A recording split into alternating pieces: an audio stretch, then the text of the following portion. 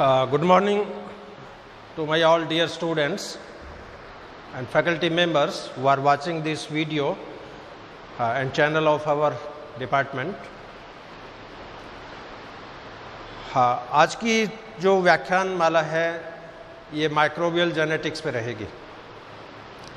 पूर्व में classical genetics के कुछ चैप्टर मैंने आपसे शेयर किए हैं, उसके बाद मॉडर्न जेनेटिक्स के चैप्टर आपसे शेयर किए हैं, मॉलिक्यूलर बायोलॉजी के टॉपिक आपसे शेयर किए हैं। आज का जो व्याख्यान माला है माइक्रोबियल जेनेटिक्स, बहुत ही विशिष्ट व्याख्यान होगा ये। जैसा कि अपन जानते हैं कि जितने भी एनिमल्स हैं, जितने भी प्लांट्स हैं, उनमें कोई न कोई रिप्रोडक्शन की मैकेनिज्म पाई जाती है। ये रिप्रोडक्शन का तरीका एसेक्सुअल टाइप का भी हो सकता है, सेक्सुअल टाइप का भी हो सकता है। एसेक्सुअल मेथोडोलॉजी जब होती है तो उसके अंदर कोई क्रॉसिंग ओवर नहीं होता है और जो संतति बनती हैं वो फिनोटिपिकली और जीनोटिपिकली अपने पेरेंट्स के समान होती है। जिन प्राणियों में सेक्सुअल रिप्रोडक्शन होता है उनमें संतति में वेरिएशन डेवलप होती है, क्योंकि सेक्सुअल रिप्रोडक्शन जब भी होगा उसमें गैमीट का प्रोडक्शन मियोसिस के द्वारा होता है, और मियोसिस जब होता है तो उसके अंदर जीन का विनिमय होता है, जीन का क्रॉसिंग ओवर होता है, और जीन का क्रॉसिंग ओवर होता है तो जीन की रीसफलिंग होती है। परिणाम स्वरूप संतति के अंदर वेरिएशंस डेवलप होती है और वो संतति फिनोटिपिकली और जीनोटिपिकली अपने पेरेंट्स से डिफरेंट होती है। जो ये प्रोसेस चलता रहता है, धीरे धीरे अच्छे जो कैरेक्टर्स हैं वो अकुमुलेट होते रहते हैं और नई स्पीसीज़ बनने की दिशा में स्पीशिएशन का जो प्रोसेस है वो चलता रहता है। अब क्वेश्चन है कि माइक्रोब्स, पर्टिकुलरली बैक्टीरिया और वायरस, क्या इनमें अलैंगिक जनन होता है, क्या इनमें लैंगिक जनन होता है, क्या इनमें जेनेटिक मटेरियल जो होता है उसका ट्रांसमिशन होता है, क्या इनमें प्रोटीन सिंथेसिस होता है। तो आज का जो व्याख्यान है इसी टॉपिक पे फोकस रहेगा। अब माइक्रोबियल जेनेटिक्स यानी एक माइक्रोब से दूसरे माइक्रोब्स में डीएनए का ट्रांसमिशन कैसे होता है, डीएनए का स्थानांतरण कैसे होता है, उसी पर आधारित ये चैप्टर है। तो बैक्टीरिया के अंदर, विशेषकर माइक्रोब्स के अंदर 3 विधियों के द्वारा डीएनए का ट्रांसमिशन होता है। First is by transformation,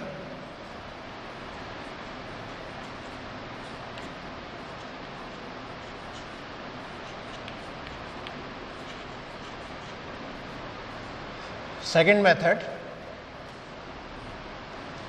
by transduction,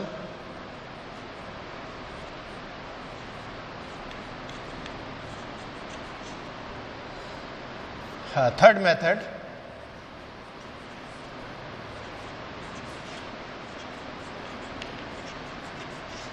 by conjugation। ये तीनों ही टॉपिक एग्जाम ओरिएंटेड हैं और विशेषकर ऑनर्स लेवल के जो स्टूडेंट्स हैं, एमएससी के स्टूडेंट्स हैं, नेट जेआरएफ की तैयारी करने वाले स्टूडेंट्स हैं, प्री मेडिकल की तैयारी करने वाले स्टूडेंट्स हैं, उनकी परीक्षाओं में इस टॉपिक पे क्वेश्चंस पूछे जाते हैं। तो ये 3 विशेष मेथड है इसमें, ट्रांसफॉर्मेशन, ट्रांसडक्शन और कॉन्जुगेशन। ट्रांसफॉर्मेशन में क्या होगा, इसके अंदर एक बैक्टीरिया से दूसरे बैक्टीरिया में डीएनए का ट्रांसमिशन होता है, लेकिन without any contact, without any mediator. यानी इस विधि में एक बैक्टीरिया से दूसरे बैक्टीरिया में डीएनए का स्थानांतरण होता है, लेकिन दोनों बैक्टीरिया एक दूसरे के संपर्क में भी नहीं आते हैं और इसके अंदर कोई मीडिएटर की भी आवश्यकता नहीं होती है। अब एक जीवाणु से दूसरे जीवाणु में बिना संपर्क के डीएनए कैसे स्थानांतरित होता है, उस विधि पे ये फर्स्ट टाइप है। ट्रांसडक्शन के अंदर एक बैक्टीरिया का डीएनए दूसरे बैक्टीरिया में बैक्टीरियोफेज वायरस के द्वारा है, यानी फेज के द्वारा डीएनए का ट्रांसमिशन दूसरे जीवाणु में हो जाता है अब सेकंड मेथड में भी दोनों बैक्टीरिया एक दूसरे के संपर्क में नहीं है। यहाँ पर एक बैक्टीरिया का डीएनए बैक्टीरियोफेज वायरस के द्वारा एक्वायर होता है, कैप्चर होता है, और इस वायरस के द्वारा फिर दूसरे बैक्टीरिया में इस डीएनए का ट्रांसमिशन हो जाता है। तो यहाँ पर जो बैक्टीरियोफेज वायरस है ये एक प्रकार से पोस्टमैन का कार्य कर रहा है, एक प्रकार से मीडिएटर का कार्य कर रहा है, एक प्रकार से ये वेक्टर का काम कर रहा है, एक तरह से ट्रांसमिटिंग जो एजेंट है उसका काम कर रहा है। और तीसरी जो विधि है कॉन्जुगेशन, इसके अंदर क्या होगा, एक बैक्टीरिया से दूसरे बैक्टीरिया में डीएनए का ट्रांसमिशन होगा, लेकिन यहाँ पर दोनों बैक्टीरिया एक दूसरे के संपर्क में आएंगे। अब यहाँ पर एक बैक्टीरिया से दूसरे बैक्टीरिया में डीएनए का स्थानांतरण हो रहा है, लेकिन यहाँ पर दोनों बैक्टीरिया एक दूसरे के संपर्क में आ रहे हैं। अब इसमें एक बैक्टीरिया डीएनए डोनेट कर रहा है, उसको पॉजिटिव स्ट्रेन के नाम से रिप्रेजेंट करेंगे या डोनर बैक्टीरिया के नाम से रिप्रेजेंट करेंगे, और दूसरा बैक्टीरिया डीएनए को रिसीव कर रहा है, उसको नेगेटिव स्ट्रेन के रूप में या रिसिपिएंट के रूप में इसको निरूपित करेंगे। अब यहाँ पर जो बैक्टीरिया डीएनए डोनेट कर रहा है वो मेल नहीं है, इसमें मेल फीमेल जैसी कोई क्राइटेरिया नहीं होती है बैक्टीरिया में। हाँ, सेक्स विलाई जरूर होती है। जो डोनर बैक्टीरिया होते हैं उनकी सरफेस के ऊपर छोटी छोटी विलाई होती है जिनको सेक्स विलाई के नाम से जाना जाता है, और उनकी बेसिस पे इनकी फिर डायग्नोसिस होती है। तो कुल मिला के 3 विधियाँ होगी। ट्रांसफॉर्मेशन, जिसमें एक बैक्टीरिया से दूसरे बैक्टीरिया में डीएनए का स्थानांतरण होगा, लेकिन दोनों बैक्टीरिया में कोई संपर्क नहीं होता है। ट्रांसडक्शन में एक बैक्टीरिया से दूसरे बैक्टीरिया में डीएनए का ट्रांसमिशन बैक्टीरियोफेज वायरस के द्वारा होता है। और कॉन्जुगेशन के अंदर एक बैक्टीरिया से दूसरे बैक्टीरिया में डीएनए का ट्रांसमिशन डायरेक्ट कांटेक्ट से होता है, क्योंकि यहाँ पर पॉजिटिव बैक्टीरिया और नेगेटिव बैक्टीरिया इन दोनों के बीच में एक कॉन्जुगेशन ट्यूब बनती है, और उस कॉन्जुगेशन ट्यूब के द्वारा डीएनए का जो है वो स्थानांतरण होता है। अब ये मैकेनिज्म मॉलिक्यूलर लेवल पे कैसे होती है, कैसे परफॉर्म होती है, किन साइंटिस्ट ने ये एक्सपेरिमेंट परफॉर्म किए, उस पे मैं आपसे चर्चा करूँगा। तो सबसे पहली जो विधि है इसमें दैट इज़ ट्रांसफॉर्मेशन या रूपांतरण। ट्रांसफॉर्मेशन पे सबसे पहले जो प्रयोग किए थे वो साइंटिस्ट थे फ्रेडरिक ग्रिफिथ।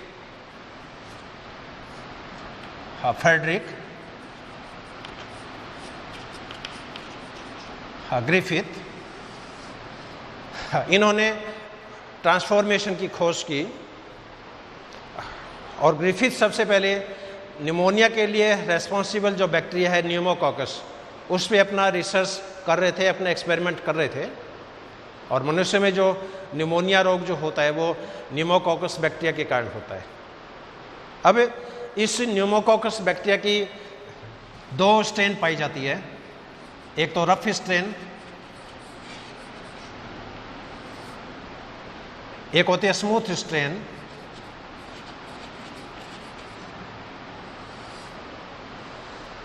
रफ स्ट्रेन जो होती है इसमें कोई कैप्सूल नहीं है, यानी रफ टाइप के जो बैक्टीरिया है इसमें सबसे भीतर प्लाज्मा झिल्ली है, प्लाज्मा मेम्ब्रेन, और प्लाज्मा मेम्ब्रेन के बाहर इसके अंदर सेल वॉल होती है।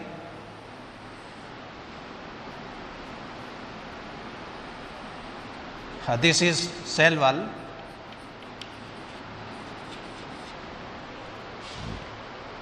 तो रफ टाइप के जो बैक्टीरिया है उसकी सरफेस रफ है, खुरदरी है, चिकनी नहीं है, और इसके बॉडी वॉल में 2 कवरिंग है, सबसे भीतर प्लाज्मा मेम्ब्रेन और प्लाज्मा मेम्ब्रेन के बाहर सेल वॉल।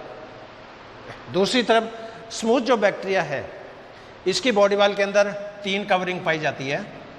इसमें सबसे भीतर प्लाज्मा मेम्ब्रेन, हाँ, प्लाज्मा मेम्ब्रेन के बाहर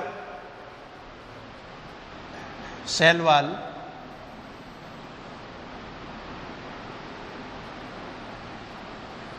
दिस इज सेल वॉल और सेल वॉल के बाहर कैप्सूल,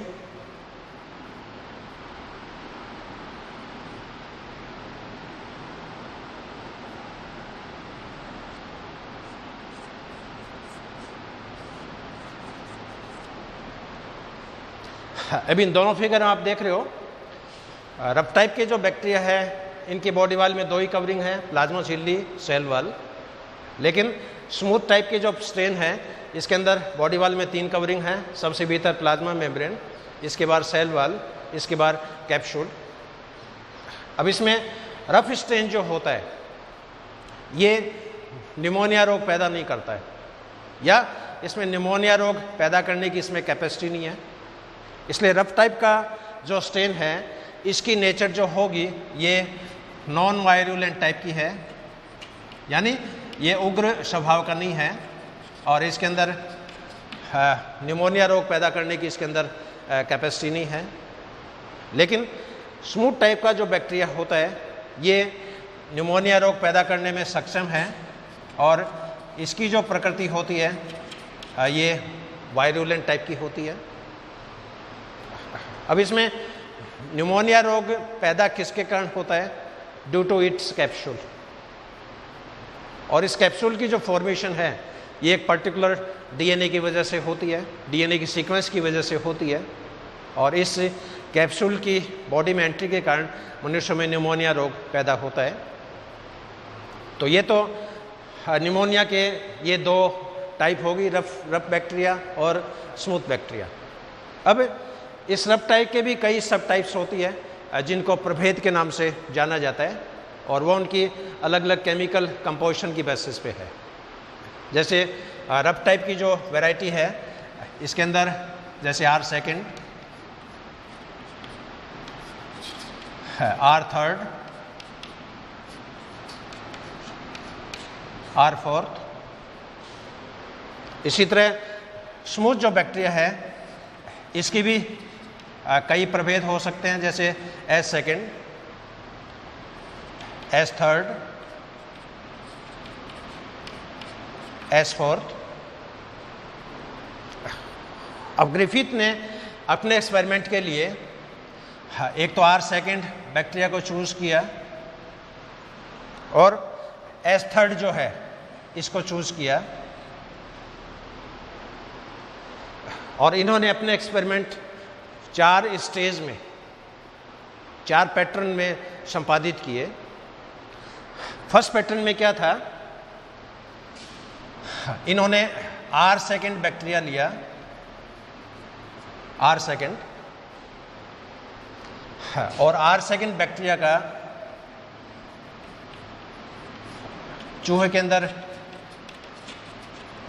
इंजेक्शन दिया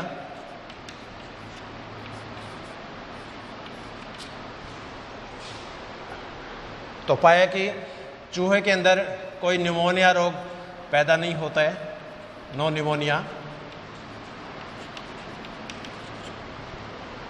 और चूहा जिंदा रहता है, अलाइव।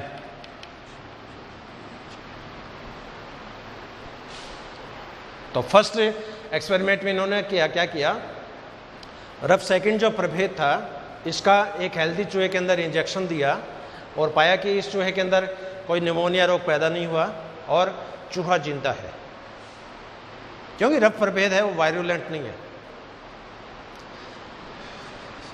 सेकंड कैटेगरी के एक्सपेरिमेंट में इन्होंने स्मूथ थर्ड S3 इस बैक्टीरिया के प्रभेद का इंजेक्शन दिया तो इन्होंने पाया कि चूहे के अंदर निमोनिया रोग पैदा हो गया और इस चूहे की डेथ हो गई।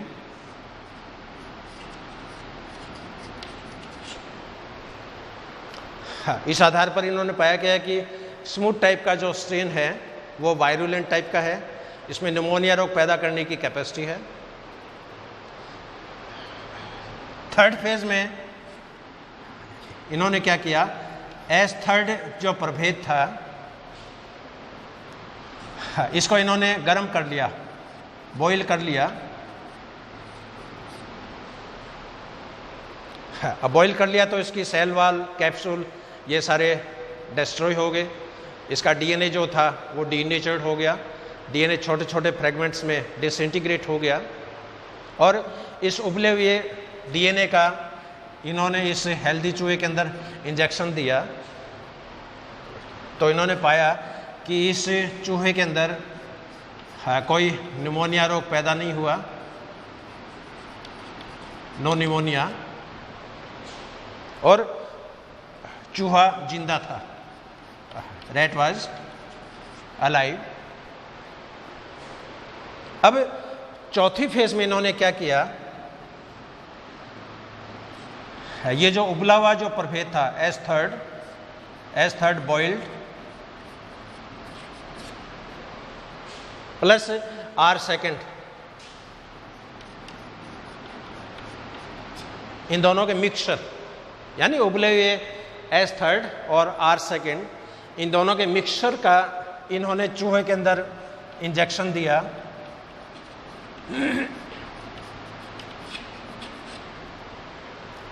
तो इन्होंने पाया कि इस चूहे के अंदर निमोनिया रोग डेवलप हो गया और इस चूहे की डेथ हो गई।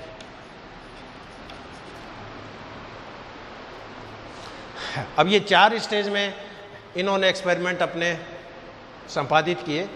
पहली स्टेज में केवल R2 प्रभेद का इंजेक्शन दिया, चूहे के अंदर निमोनिया पैदा नहीं हुआ और चूहा जिंदा था। सेकेंड स्टेज में इन्होंने S3 स्मूथ थर्ड प्रभेद का इंजेक्शन दिया, चूहे में निमोनिया रोग पैदा हुआ और चूहे की डेथ हो गई। थर्ड स्टेज में इन्होंने S3 प्रभेद को उबाल लिया, बॉईल कर लिया, और बॉईल करने के बाद में उसका चूहे में इंजेक्शन दिया तो चूहे के अंदर निमोनिया डेवलप नहीं हुआ और चूहा जिंदा था। चौथी स्टेज में इस उबले हुए प्रभेद और ये साबुत R2, इन दोनों के मिक्सचर का इन्होंने चूहे में इंजेक्शन दिया तो पाया कि चूहे के अंदर निमोनिया पैदा हो गया और चूहे की डेथ हो गई। अब क्वेश्चन है कि ऐसा कैसे हुआ, इसके पीछे रीज़न क्या था। इसके पीछे मेन रीज़न यही था कि S3 प्रभेद का जो डीएनए है, क्योंकि इन्होंने बॉईल कर लिया तो डीएनए के छोटे छोटे फ्रैगमेंट्स बन गए और इन फ्रैगमेंट में कोई भी बेस्ट फ्रैगमेंट जिसका पर्टिकुलर मॉलिक्यूलर वेट होगा, पर्टिकुलर न्यूक्लियोटाइड की सीक्वेंस होगी है, या जो कॉम्पिटेंट होगा पेनिट्रेशन के लिए, वो डीएनए का फ्रैगमेंट इस R2 बैक्टीरिया के अंदर प्रवेश कर गया और इस R2 बैक्टीरिया के बाहर कैप्सूल की फॉर्मेशन हो गई। तो जो R2 बैक्टीरिया नॉन वायरुलेंट था, जिसमें निमोनिया रोग पैदा करने की कैपेसिटी नहीं थी, उसके अंदर निमोनिया रोग पैदा करने की कैपेसिटी डेवलप हो गई। अब फिगर के रूप में जैसे मैं इसको दिखाऊं, जैसे ये R2 में आप देख रहे हो प्लाज्मा झिल्ली वाइट कलर की है, सेल वॉल नीले रंग की है। स्मूथ बैक्टीरिया में प्लाज्मा झिल्ली वाइट कलर की है, सेल वॉल येलो कलर की है। तो ये इसमें जैसे ये R2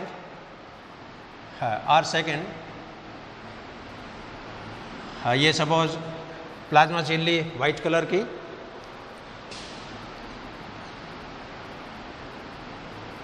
ये सेल वॉल नीले रंग की। स्मूथ जो बैक्टीरिया है इसके अंदर प्लाज्मा झिल्ली वाइट कलर में, सेल वॉल येलो कलर में,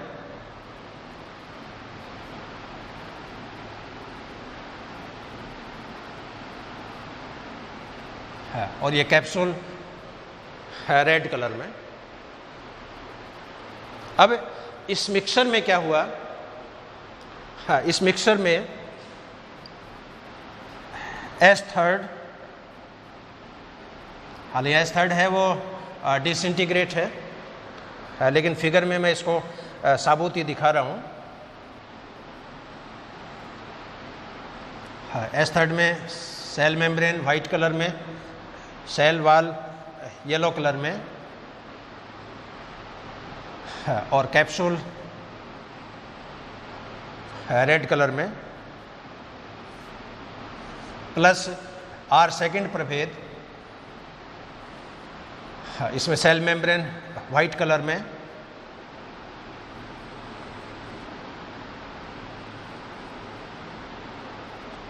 सेल वॉल ब्लू कलर में। अब इस ट्रांसफॉर्मेशन में क्या होगा, ये R2 जो बैक्टीरिया है इसके अंदर सेल वॉल पहले नहीं थी, लेकिन स्मूथ के डीएनए के एंट्री के कारण इसके बाद कैप्सूल बन जाता है, और ये R2 जो बैक्टीरिया है इसकी स्ट्रक्चर इस तरह की बन जाएगी। इसकी प्लाज्मा झिल्ली वाइट कलर की, इसकी सेल वॉल नीले रंग की, और इस सेल वॉल के बाद ये रेड कलर का जो कैप्सूल होता है ये इसके अंदर डेवलप हो जाता है।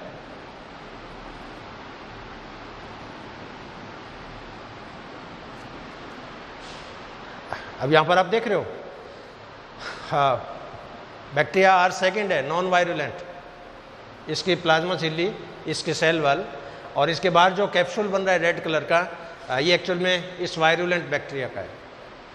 तो यहाँ पर जो शांत स्वभाव का जो बैक्टीरिया था, जो बैक्टीरिया निमोनिया रोग पैदा करने में कैपेबल नहीं था, उस बैक्टीरिया में इस कैप्सूल के बनने के कारण इसके अंदर वायरुलेंट प्रॉपर्टी डेवलप हो गई, इसमें निमोनिया रोग को पैदा करने की कैपेसिटी डेवलप हो गई। तो non virulent bacteria virulent bacteria के अंदर कन्वर्ट हो गया, और ये विधि क्या कहलाती है, ट्रांसफॉर्मेशन। तो यहाँ पर नॉन वायरुलेंट बैक्टीरिया का वायरुलेंट बैक्टीरिया के अंदर रूपांतरण हो रहा है। अब यहाँ पर R2 और S3 इन दोनों बैक्टीरिया का एक दूसरे से कांटेक्ट नहीं हुआ है, दोनों के बीच में कोई कॉन्जुगेशन ट्यूब नहीं बनी है, फिर भी ये डीएनए इसके अंदर एंटर कर गया। अभी निमोनिया के जो बैक्टीरिया है हवा के अंदर होते हैं, बैक्टीरिया इज एवरीवेयर, बैक्टीरिया हवा के अंदर भी है, बैक्टीरिया पानी के अंदर भी है, बैक्टीरिया आपके ब्लड में भी है, बैक्टीरिया आपकी बॉडी में जो फ्लूइड है उसके अंदर भी है, बैक्टीरिया मिट्टी के अंदर भी है, बैक्टीरिया इज एवरीवेयर। तो लाखों बैक्टीरिया में किन्हीं एक दो बैक्टीरिया में इस तरह की घटना जो होती है वो संपादित हो जाती है हवा के अंदर, पानी के अंदर। सभी बैक्टीरिया में पॉसिबल नहीं है, क्योंकि दो बैक्टीरिया का यहाँ पर कोई संपर्क नहीं हो रहा है, केवल बाई चांस रैंडमली कोई भी डीएनए, वायरुलेंट का डीएनए नॉन वायरुलेंट बैक्टीरिया के अंदर एंटर कर जाता है, और उसके एंटर करने के कारण नॉन वायरुलेंट जो स्ट्रेन होता है उसके अंदर वायरुलेंट प्रॉपर्टी डेवलप हो जाती है। तो रूपांतरण की ये घटना ये कहलाती है ट्रांसफॉर्मेशन, और चूँकि ग्रिफिथ ने इसकी खोज की थी इसलिए इसको ग्रिफिथ इफेक्ट के नाम से भी जाना जाता है। अब ये ट्रांसमिशन मॉलिक्यूलर लेवल पे कैसे होता है उसको मैं स्टेप बाय स्टेप फिगर के द्वारा आपको एक्सप्लेन करूँगा। तो ट्रांसफॉर्मेशन का प्रोसेस, एक्चुअल प्रोसेस कैसे होता है उसको मैं एक्सप्लेन करूँगा। मॉलिक्यूलर लेवल पे ट्रांसफॉर्मेशन का जो प्रोसेस है इसको सबसे पहले दो साइंटिस्ट थे, एक तो नोटानी और सेटलो। इन दो साइंटिस्ट ने ट्रांसफॉर्मेशन की जो एक्चुअल डिटेल है, एक्चुअल जो मैकेनिज्म है इसका डिस्कशन किया था 1974 में। अब ये जो ट्रांसफॉर्मेशन की जो विधि है ये 4 पदों में संपन्न होती है। इसमें फर्स्ट स्टेप है that is binding of DNA,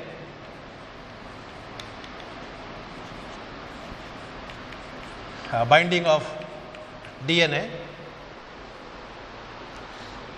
second step इसमें होती है penetration of DNA,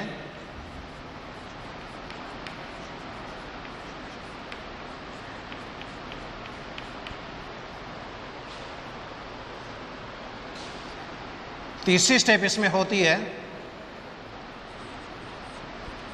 synapses of DNA,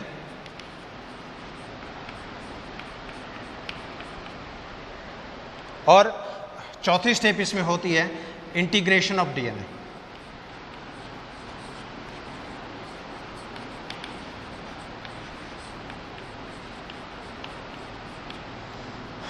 तो यहां पर R सेकेंड बैक्टीरिया का डीएनए एस थर्ड प्रभेद का डीएनए R सेकेंड बैक्टीरिया में कैसे एंटर करेगा, उसकी ये विधि 4 पदों में संपन्न हो रही है। Binding of DNA, penetration of DNA, उसके बाद सिनेप्सिस ऑफ डीएनए, फिर इंटीग्रेशन ऑफ डीएनए। हाँ, इनको मैं स्टेप बाय स्टेप एक्सप्लेन करूंगा। सबसे पहली जो स्टेप है that is binding of DNA.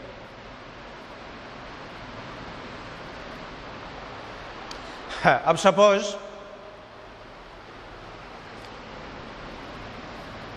ये मान लीजिए R सेकेंड बैक्टीरिया की प्लाज्मा झिल्ली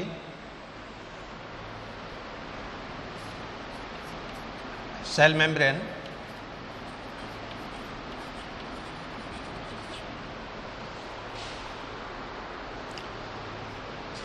ये R सेकेंड बैक्टीरिया की सेल वॉल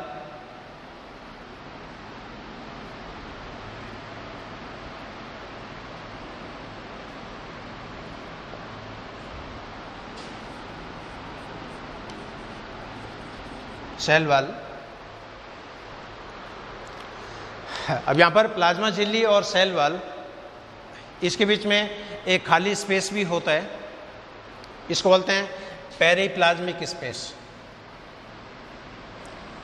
तो यहां पर सेल वॉल और सेल मेम्ब्रेन, इसके बीच में एक ब्लैंक स्पेस है, इस खाली स्पेस को बोलते हैं पेरिप्लाज्मिक स्पेस।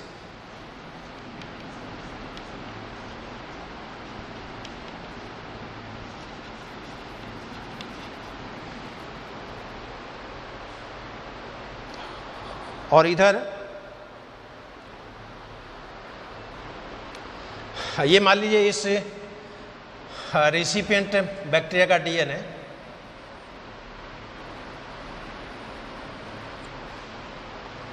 ग्राही बैक्टीरिया का डीएनए, और इसके बाहर ये ग्रीन कलर में जो दिखा रहा हूं, ये स्मूथ बैक्टीरिया के डीएनए, क्योंकि एस थर्ड प्रभेद को इन्होंने जब बॉयल किया तो एस थर्ड बैक्टीरिया की सेल वॉल, कैप्सूल, प्लाज्मा झिल्ली सारी वो डिसऑर्गेनाइज हो गई, डिसइंटीग्रेट हो गई, और स्मूथ बैक्टीरिया का जो डीएनए था वो डीएनए छोटे छोटे फ्रेगमेंट्स में कन्वर्ट हो गया। अब यहाँ पर कोई सेगमेंट छोटे भी हैं, कोई सेगमेंट इसके अंदर बड़े भी हैं, और ये डीएनए किसके हैं? एस थर्ड प्रभेद के। अब इन डीएनए में कोई स्मॉल साइज का है, कोई बड़े साइज का है, कोई छोटा साइज का है। कुछ डीएनए के अंदर पेंटेशन की कैपेसिटी है, कुछ के अंदर अटैचमेंट की कैपेसिटी है, कुछ के अंदर नहीं है। लेकिन इसमें जिस डीएनए के अंदर एक पर्टिकुलर सीक्वेंस होगी 10 नाइट्रोजन क्षार की, वही डीएनए इस रब प्रभेद के अंदर एंटर कर सकता है, और ये सीक्वेंस हमेशा फिक्स होती है। ये सीक्वेंस कौन सी होगी? इस सीक्वेंस के लिए पर्टिकुलर नाइट्रोजन बेस का होना जरूरी है, जो कि 5 टर्मिनल से 3 टर्मिनल की तरफ होगा। Adenine, adenine, guanine, thymine, guanine, cytosine, guanine, thymine, cytosine, adenine, और ये 3 टर्मिनल। तो यहाँ पर ये जो स्मूथ बैक्टीरिया के डीएनए के फ्रेगमेंट्स हैं, कोई छोटा है, कोई बड़ा है, लेकिन जिस डीएनए में ये नाइट्रोजन बेस की सीक्वेंस होगी, वही डीएनए का फ्रेगमेंट इस रफ बैक्टीरिया के अंदर एंटर कर सकेगा। अब प्रारंभ में जो अटैचमेंट होता है इसका, बाइंडिंग, प्रारंभ में बाइंडिंग रिवर्सिबल होती है। डीएनए फ्रेगमेंट जुड़ता है, फिर सेपरेट हो जाता है, जुड़ता है, फिर सेपरेट हो जाता है, और 5-7 मिनट के बाद में ये बाइंडिंग इरिवर्सिबल हो जाएगी। एक बार डीएनए अटैच हो गया बैक्टीरिया की सेल वॉल के साथ, उसके बाद में इसका डिसोसिएशन नहीं होगा। तो यहाँ पर जो बाइंडिंग है डीएनए की बाइंडिंग ये स्टार्टिंग में तो होती है बाई डायरेक्शनल यानी रिवर्सिबल टाइप की, लेकिन बाद में यही बाइंडिंग ये कन्वर्ट हो जाती है यूनिडायरेक्शनल। तो पहले ये बाइंडिंग रिवर्सिबल है या उत्क्रमणीय प्रकार की है, और बाद में यही बाइंडिंग हो जाती है यूनिडायरेक्शनल या इरिवर्सिबल।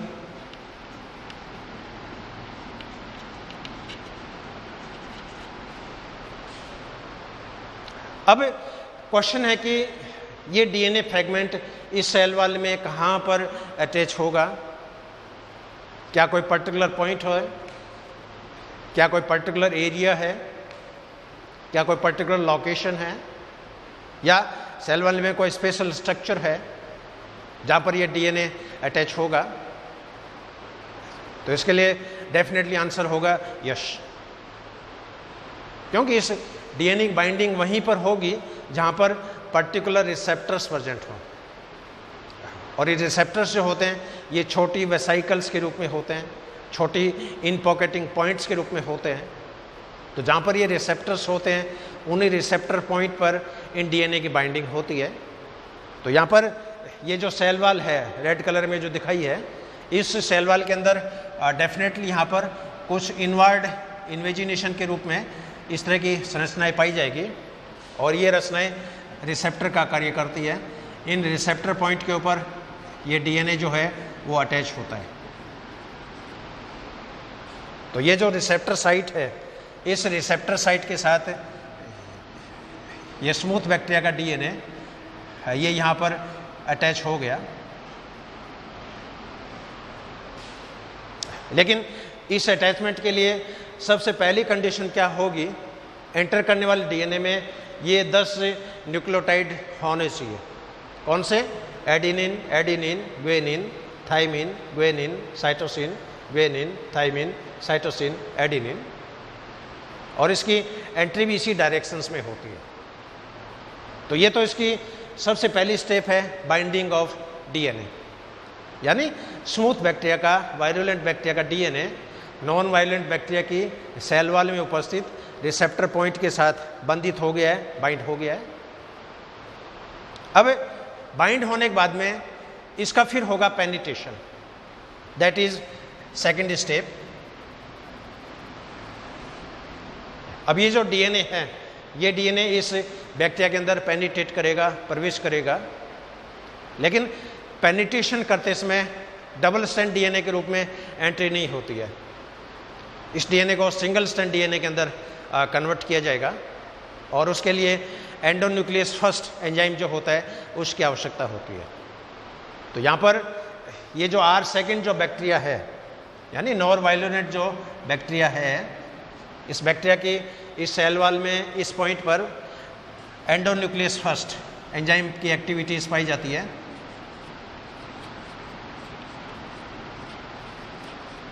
और इस एंडोन्यूक्लियस फर्स्ट एंजाइम के कारण क्या होगा? ये डबल स्ट्रैंड डीएनए ये सिंगल स्ट्रैंड डीएनए के अंदर कन्वर्ट हो जाता है, और इसकी एंट्री सिंगल स्ट्रैंड डीएनए के रूप में होगी।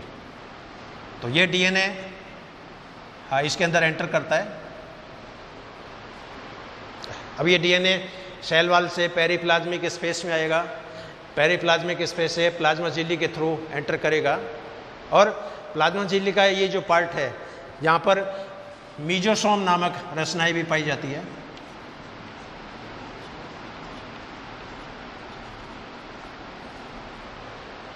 पहले इन मीजोसोम्स को माइटोकॉन्ड्रिया के ऑक्सियोसोम के समान मानते थे, जो माइटोकॉन्ड्रिया में जैसे रेस्पिरेटरी साइकिल्स पाई जाती है, उसी तरह मीजोसोम्स के अंदर हैं कुछ रेस्पिरेशन से रिलेटेड एंजाइम्स पाए जाते हैं।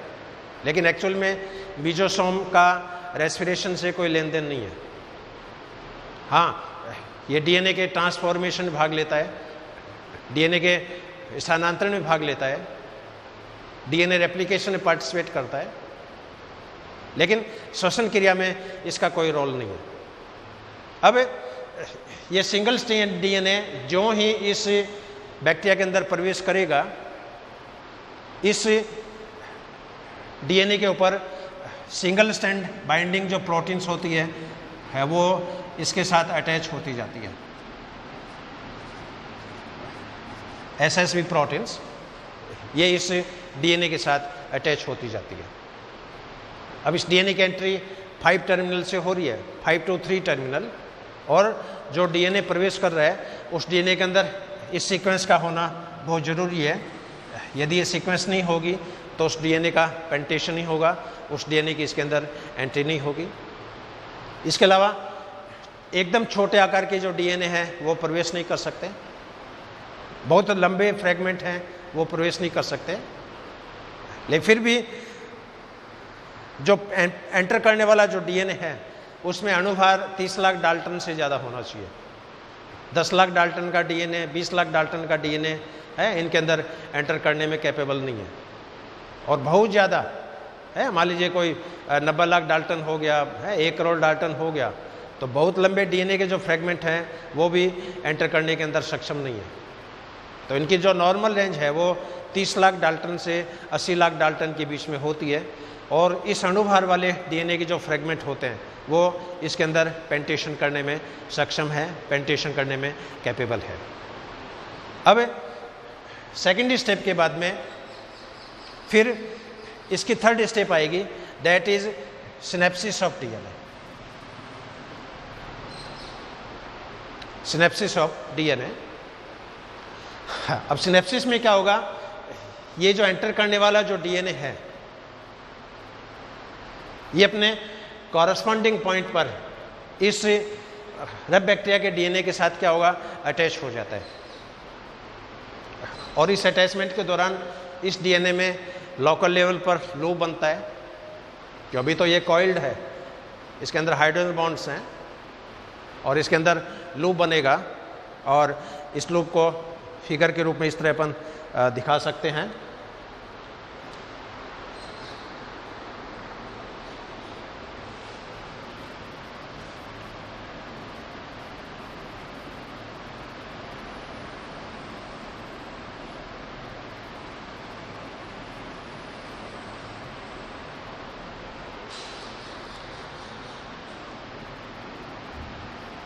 ये स्मूथ का डीएनए,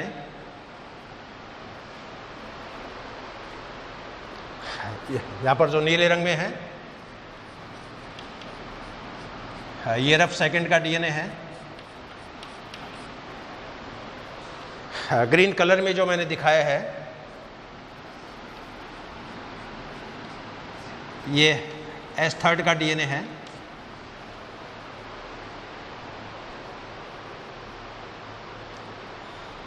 अब यहां पर क्या होगा, एंडोन्यूक्लियस एंजाइम इसकी ट्रिमिंग करेंगे, क्योंकि ये जो डीएनए अटैच हो रहा है इसके अंदर फालतू के नाइट्रोजन बेस भी है जिनकी कोई ज़रूरत नहीं है। उन फालतू के नाइट्रोजन बेस की यहाँ पर ट्रिमिंग की जाएगी, और एंडोन्यूक्लियस एंजाइम के द्वारा ये डीएनए यहाँ से क्लीव होगा 2 पॉइंट पर।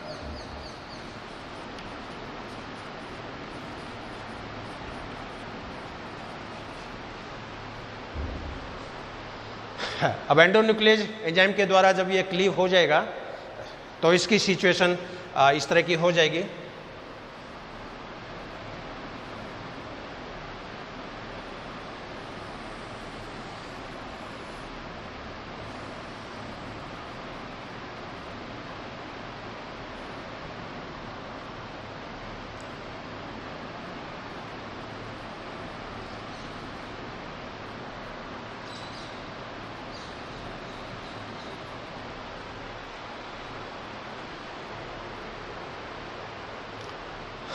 अब डीएनए का इस तरह जुड़ना, अपने कॉरस्पॉन्डिंग लोकेशन पे, अपने रिक्वायरमेंट लोकेशन पे अटैच होना, यह घटना क्या कहलाती है, सिनेप्सिस। अब लास्ट जो स्टेप है इसमें, दैट इज इंटीग्रेशन। और इंटीग्रेशन में क्या होगा, ये स्मूथ बैक्टीरिया का डीएनए जो ग्रीन कलर में है, ये डीएनए इस रफ बैक्टीरिया के डीएनए जो कि नीले कलर में दिखाया है, इसके साथ ये अटैच हो जाता है और लाइगेज एंजाइम के द्वारा ये जो ब्रोकन एंड थे, ये ब्रोकन एंड लाइगेज एंजाइम के द्वारा यहाँ पर सील हो जाते हैं। लाइगेज एंजाइम के द्वारा ये निक पॉइंट जो है ये जुड़ जाते हैं। तो डीएनए को काटने का काम एंडोन्यूक्लियस एंजाइम कर रहे हैं, डीएनए को जोड़ने का काम लाइगेज एंजाइम कर रहे हैं, और उसके बाद में इस डीएनए की जो फाइनल जो सिचुएशन बनेगी वो इस तरह की हो जाएगी। दिस इज रफ डीएनए, और इस रफ डीएनए के अंदर ये ग्रीन कलर में जो मैं दिखा रहा हूँ ये है स्मूथ बैक्टीरिया का डीएनए। अब ये स्मूथ बैक्टीरिया का जो डीएनए है, इसके अंदर कैप्सूल बनाने की कैपेसिटी है, इसके अंदर वायरुलेंट प्रॉपर्टीज़ को डेवलप करने की कैपेसिटी है। तो जो बैक्टीरिया पहले शांत स्वभाव का था, नॉन वायरुलेंट टाइप का था, उस नॉन वायरुलेंट बैक्टीरिया के डीएनए में स्मूथ बैक्टीरिया का डीएनए जब जुड़ गया तो ये नॉन वायरुलेंट बैक्टीरिया वायरुलेंट प्रकृति में कन्वर्ट हो गया, यानी शांत स्वभाव का जो जीवाणु था वो उग्र स्वभाव के जीवाणु में कन्वर्ट हो गया, और इसके अंदर निमोनिया रोग को पैदा करने की कैपेसिटी है वो डेवलप हो गई। तो इस तरह ये ट्रांसफॉर्मेशन का प्रोसेस 4 पदों में संपन्न होगा। Binding of DNA, second step is penetration of DNA, third step synapses of DNA, चौथी स्टेप इंटीग्रेशन ऑफ डीएनए। और ये जो इंटायर प्रोसेस है ये एनर्जी डिपेंडेंट होता है, ये पैसिव प्रोसेस नहीं है, ये एनर्जी डिपेंडेंट होता है, इसमें एनर्जी की आवश्यकता होती है, और ये प्रोसेस हवा में हो रहा है। हालांकि ठीक है, ये एक्सपेरिमेंट तो लेबोरेटरी में संपादित किया, क्योंकि टेस्ट ट्यूब में ये मिक्सचर था, एक टेस्ट ट्यूब के अंदर उबले हुए S3 का सॉल्यूशन था और उसी के अंदर R2 का सॉल्यूशन मिक्स कर दिया। अब टेस्ट ट्यूब के अंदर 2 तरह के बैक्टीरिया का जब मिक्सचर है तो उनके अंदर प्रॉक्सिमिटी है, उनके अंदर नज़दीकता है, उसके अंदर पॉसिबिलिटी बहुत ज़्यादा है, प्रोबेबिलिटी बहुत ज़्यादा है, प्रायोरिटी बहुत ज़्यादा है। लेकिन क्वेश्चन है कि हवा के अंदर ये एंट्री कैसे होती है, पानी के अंदर जो जीवाणु है उसके अंदर एंट्री कैसे होती है। तो साइंटिस्ट ने निमोनिया रोग के बैक्टीरिया पे एक्सपेरिमेंट किए, इसके अलावा इन्होंने हीमोफिलस इन्फ्लुएंजी जो है उस बैक्टीरिया में भी ट्रांसफॉर्मेशन के प्रयोग किए, बैसिलस सबटिलिस जो जीवाणु है उसके अंदर भी एक्सपेरिमेंट किए, और सक्सेसफुली इस टेक्निक को इन्होंने आजमाया है। अब इस एक्सपेरिमेंट में कई फैक्टर्स हैं, टेम्परेचर है जैसे एक बहुत मेजर फैक्टर है, तो तापमान जब बढ़ता है ट्रांसफॉर्मेशन की रेट बढ़ेगी, कल्चर मीडियम कैसा है उस पर डिपेंड करता है, एनवायरनमेंट में हवा है या नहीं उस पर डिपेंड करता है, डीएनए फ्रेगमेंट की लंबाई कितनी है, डीएनए फ्रेगमेंट का मॉलिक्यूलर वेट कितना है, डीएनए फ्रेगमेंट में ये पर्टिकुलर सीक्वेंस है या नहीं है, या जो बैक्टीरिया है उसके अंदर रिसेप्टर पॉइंट है या नहीं है। तो ऐसे कई बातें हैं, उन कई फैक्टर्स पे ट्रांसफॉर्मेशन की स्टेप है ये डिपेंड करती है। लेकिन नेचर में ये प्रोसेस चलता है, और शांत स्वभाव के जो जीवाणु होते हैं वो उग्र स्वभाव में कन्वर्ट हो जाते हैं। बीमारी पैदा नहीं करने वाले जो जीवाणु हैं उनमें डिजीज़ पैदा करने की कैपेसिटी डेवलप हो जाती है, लेकिन ये घटना बहुत कम है। मुश्किल से कोई करोड़ों बैक्टीरिया हो, करोड़ों बैक्टीरिया में कोई मुश्किल से 5-10 बैक्टीरिया में ये घटना होती है, सभी बैक्टीरिया में नहीं होती है। यदि सभी बैक्टीरिया में ये फिनोमेनन डेवलप हो जाए तो पूरी दुनिया के अंदर महामारी फैल जाएगी, हर व्यक्ति इस डिजीज़ की चपेट में आ जाएगा। इसलिए नेचर ने एक तरह की अडेप्टेशन जो है वो इन बैक्टीरिया के अंदर डेवलप कर ली है। तो ये माइक्रोबियल जेनेटिक्स का first process that is transformation. तो सूक्ष्म जीवों के अंदर, सूक्ष्म जीवाणुओं के अंदर भी डीएनए का ट्रांसमिशन होता है, और बहुत ही आश्चर्य की बात है, बहुत ही ये रेयर परिघटनाएं हैं, लेकिन नेचर में होती रहती है। तो it is all about transformation.